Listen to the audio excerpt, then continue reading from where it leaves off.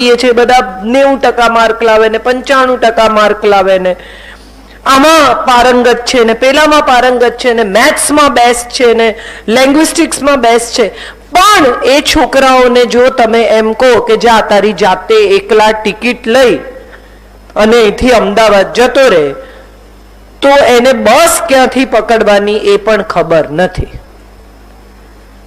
12 વર્ષના છોકરાને બેંકની સ્લીપ ભરતા આવડતી નથી. એને ઓનલાઈન ટિકિટ બુક કરવા માટે શું કરવું એ ખબર છે, પણ એ પછીના પ્રોસિજરની ખબર નથી. So I have always felt and I have created that in my house કે તમારા બાળકને નળ ટપકતો હોય તો કેવી રીતે રિપેર કરવો એ આવડવું જોઈએ પ્લમ્બર આવે ત્યાં સુધી. એ પોતાના જેટલું રાંધી શકવું જોઈએ જો ઘરમાં કોઈ ન હોય તો. આ બેસિક્સ છે જે હું માનું છું કે આપણે બધા આપણા છોકરાઓને શીખવતા ભૂલી ગયા છીએ. બટન ટાંકવા, શૂ પોલિશ કરવા, પોતાનું કબાટ ગોઠવવું, પોતાનો બેડ બનાવવો, પોતાના બાથરૂમ ધોઈ લેવા, આ જિંદગી જીવવાની શરતો છે. માણસ રાખશે, હા શ્યોર રાખશે. મારી ભાણી છે નાની, મામાના દીકરાની દીકરી, એને નાની એટલે હવે તો ગ્રોન અપ છે, એને અમે કહીએ કે તું કઈ રાંધતા શીખ, ત્યારે મને હંમેશા કહે કે હું તો મારા જ રાખીશ. એની મમ્મીને બી તોછડા જવાબ આપે કે હું તો એટલું કમાઈશ કે 3 માણસ રાખીશ.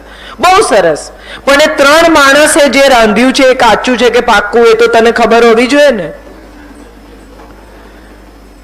How will you handle the people whom you are going to hire if you are not equipped to handle them? Our problem is we do not equip our children to handle what they are going to face in life.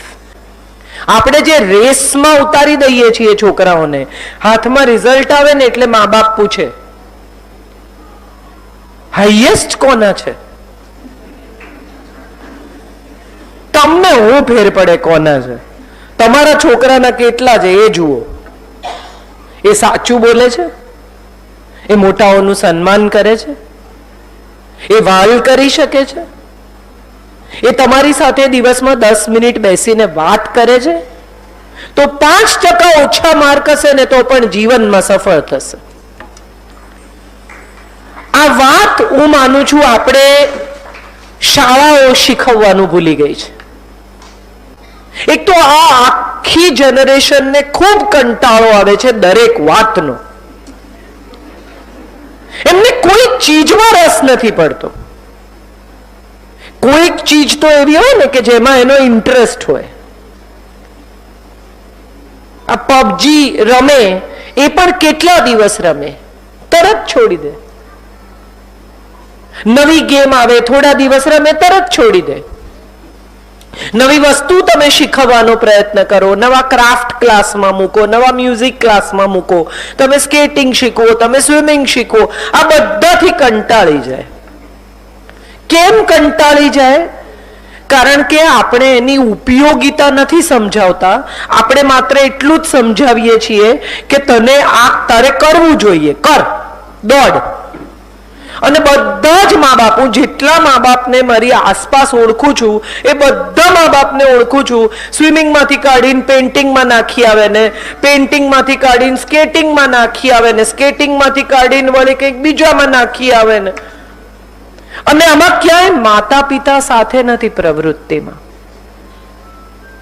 I am sincerely, I have spoken to Rishi and I said કે પેરેન્ટિંગના વર્કશોપમાં actually જો મારે વાત કરવી હોય તો મારે એ કહેવું છે કે તમારા બાળકના શિક્ષણમાં તમને કેટલો રસ છે એના ટકાવારી સિવાય.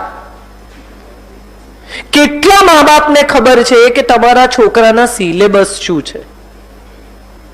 ગુજરાતીમાં કઈ કવિતા ભણાવે છે? હું અને તથાગત એ જ્યારે 9th હતો ત્યારે એના ટીચર નમ્રતાબેન પાસે મેથ્સ જોડે ભણ્યા. બીકોઝ મારું મેથ્સ બહુ જ ખરાબ. હું આખી જિંદગી મેથ્સથી ભાગતી રહી. પણ વન ડે આઈ રિયલાઇઝ કે unless I sit down with him, he is not going to like it.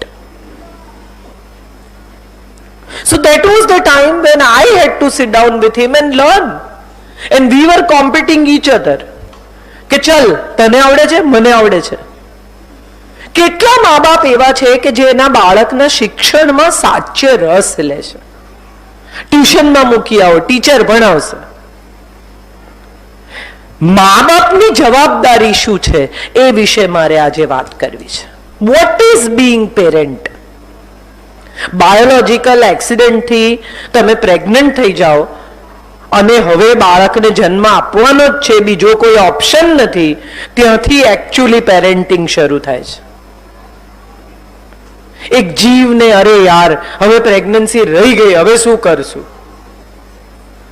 આજે જ અમે ઋષિ સાથે વાત કરતા હતા કે સંકલ્પ એટલે શું. આપણે યજ્ઞમાં બેસીએ, આપણે નાડાછડી બાંધીએ, હાથમાં પાણી લઈને સંકલ્પ કરીએ કે હું આ વિચાર માટે, આ વાત માટે, મારા દીકરાના ભલા માટે, મારા પરિવારની શાંતિ માટે, આ ઘરમાં સુખ સંપત્તિ આવે એ માટે આ યજ્ઞ કરું છું.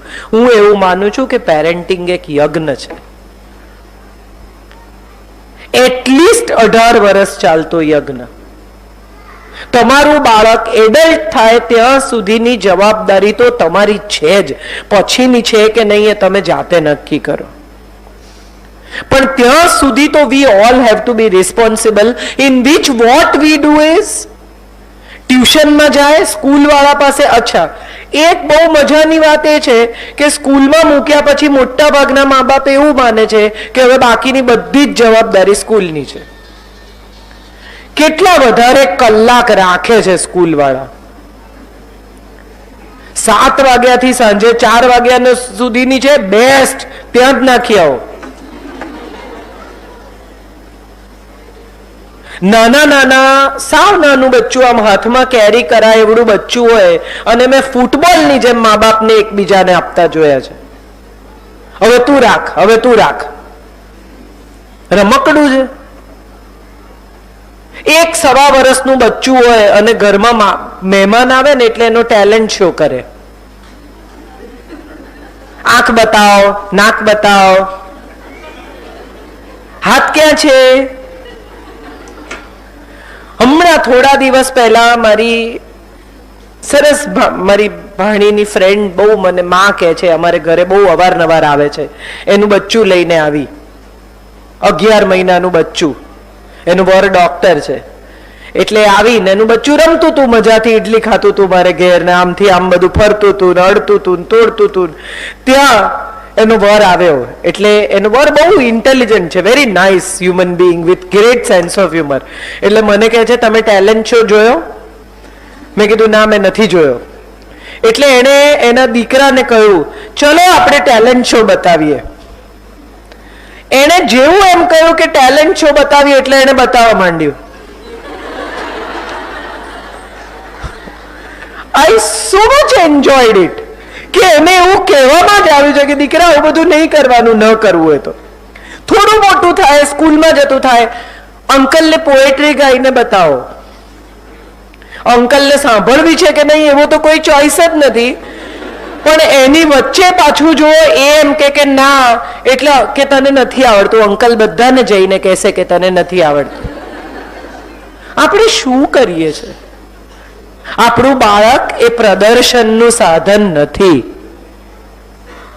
આ રમકડું નથી ટીવીની જેમ કે તમે રિમોટ દબાવો એટલે ગાવા માંડે, નાચવા માંડે, દેખાડવા માંડે.